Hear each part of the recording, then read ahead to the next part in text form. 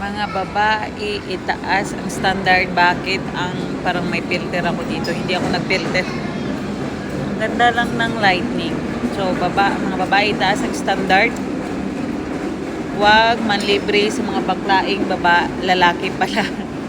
Hindi po din nakakain ng kagwapuhan. Take note, hindi po nakakain ng kagwapuhan. Maganda lang yan sa una. Pero kung ikaw na lahat, ikaw pa ang gumagawa sa bed. Alam nyo na anong bed. Ikaw pa lahat. Una ko, katangahan lang talaga yan. Katangahan. So mga babae, itaas ang standard para hindi maghanap ng validation sa mga gwapong baklaing lalaki. Lahat ng lalaki feel nila gwapo sila.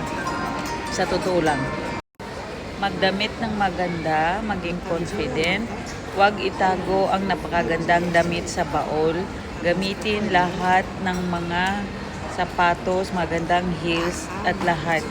Pag maganda tayo or nagdamit tayo ng maganda, maganda din ang feeling natin. Light yung pagtingin natin sa sarili at yung feeling natin. So, mga girls, itaas talaga ang standard.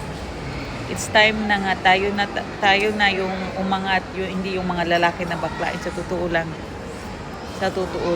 Sige.